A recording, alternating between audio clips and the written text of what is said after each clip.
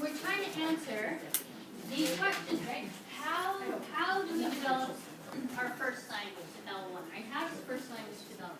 And then that's, as our preschool folks will tell us, there's a lot of people that just focus on that in terms of first language development, right?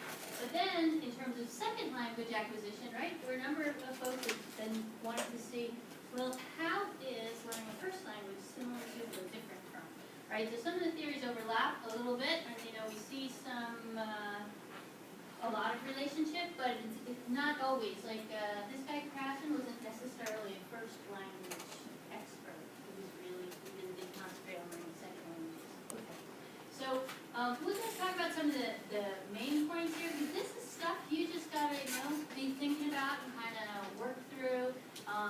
One of the optional things they listed on our guiding questions, and I really encourage you to do it, is eavesdrop as much as possible on conversations that in natural settings that you hear between adults and young children, whether you're waiting in line at the supermarket, you're at a restaurant, you're in the mall. Just really try to hear what is the nature of that interaction, what's going on. Or if you have children, right, do the same for them. Listen to how their language is developing. Unfortunately, there's very little conversation going on between adults and children. There's a tablet in front of them usually. Yes, due to the child having a phone or an iPad at the grocery store. Or the restaurant, it drives me Yeah. crazy. Right, It drives me crazy. Right. No, it is, right? It's a huge...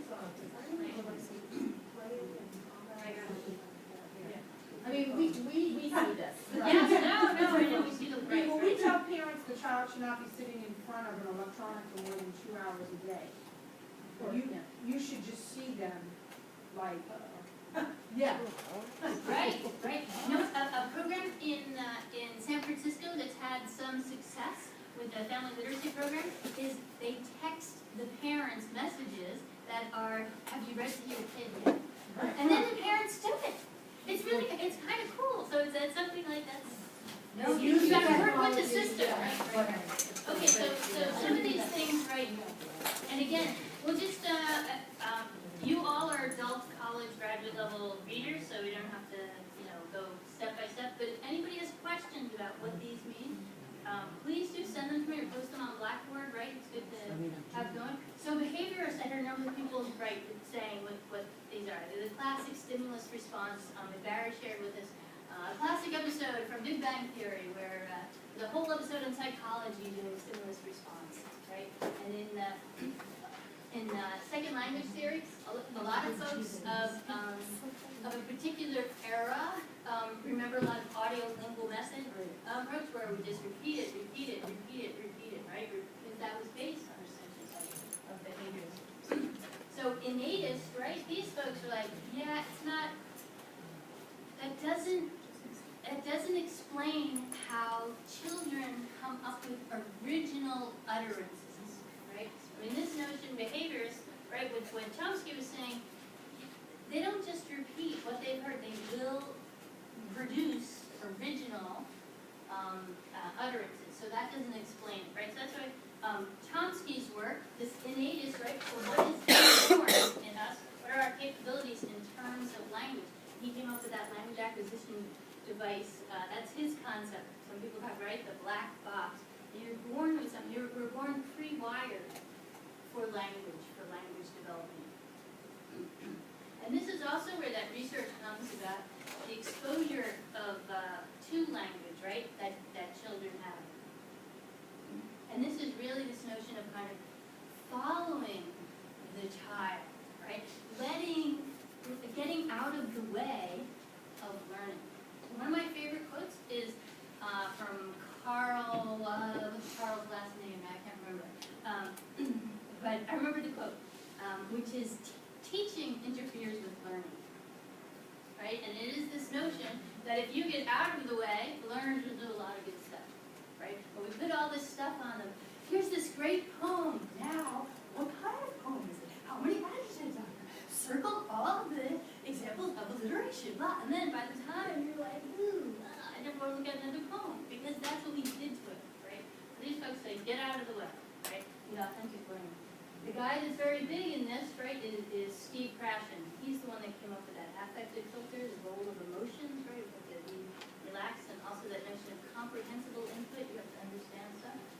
But then these folks, the interactionists, right, say, you know what, it doesn't just naturally develop. The parent or the teacher, an expert person, has a role in scaffolding, in developing upper levels of proficiency, of competency, right? So that's what the interactionist theory is, right? That there is, you need, it's like that zone of proximal development, or that I+1, you need something, right, that can be carefully structured that will pull the learner to a new place. Okay. So that is some of those things in a nutshell. Does anybody have any, is there a burning question you want to ask me right now about those theories? Yes? I don't really understand the difference between how people think you learn your first language as opposed to learning a second language. So, in terms of this chapter or overall? What would you say? If I asked you, what's the difference between your native language and then how you pick up a second language? So I think with the first language, there are some things we know. If there's no cognitive challenge or issue, everyone will develop their first language orally, right? So there's a big difference even between your oral L1 and your oral L2. Okay? So, and then some of the things that a big issue that comes into play, remember I talked about that age issue? And some folks say, there is a misconception that the younger the learner is, the better they learn a second language. And it's just not true. So,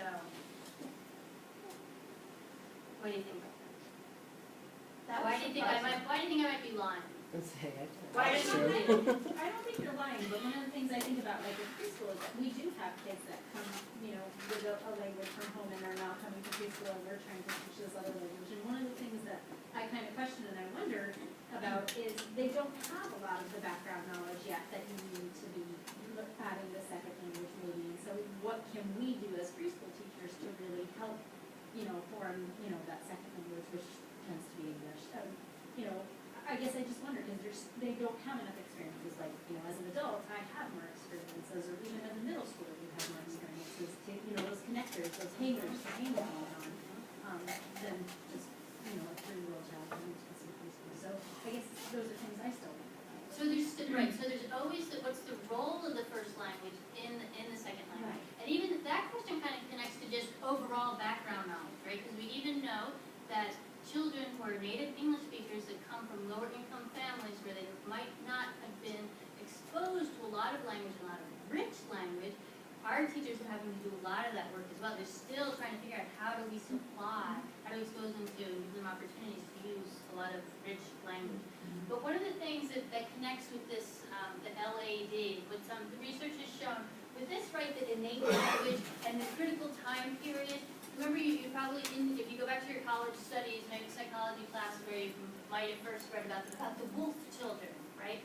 So the children that were not, they were kind of like locked in the closet, or some terrible thing happened to them, that they were not exposed to language at all, right? Those children have a lot of difficulty developing language proficiency in their first language, right? So that is what that critical age period about language development is really about first language development, and in that kind of situation.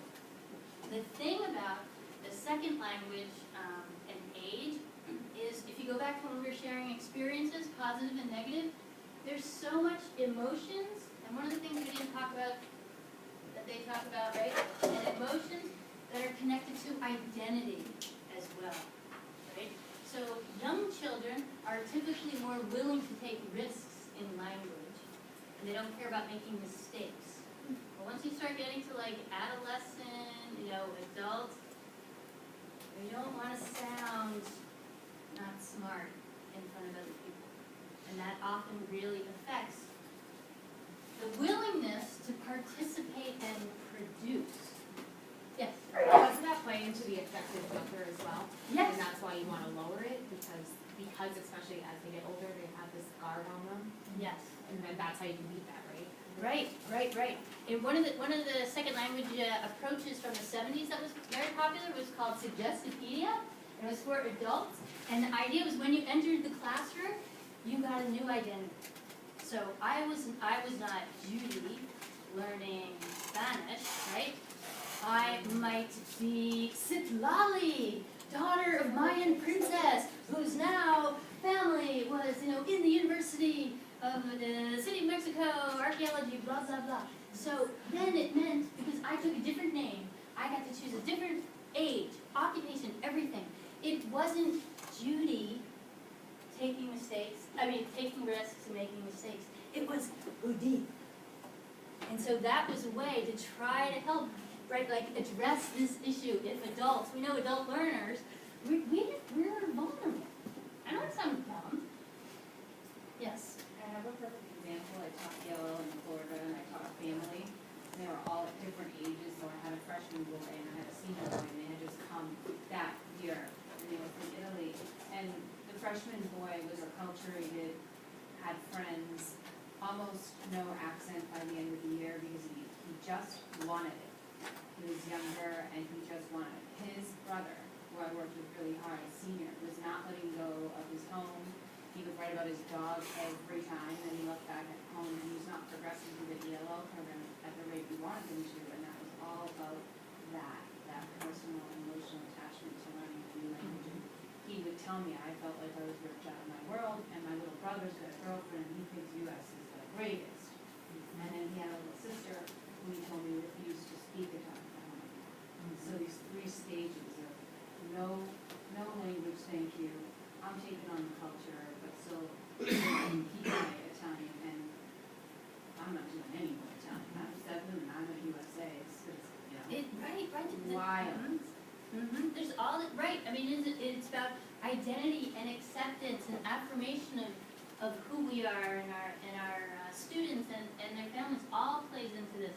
But another piece that goes to, like, how does the first language influence the second language? Get back to your question.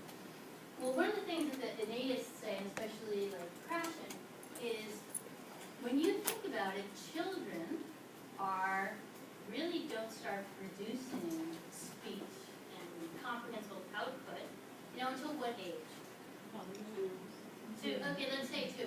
How many thousands of hours have they had exposure to in terms of language before they're producing that first language? So that's sort of this notion. Krashen developed that silent period.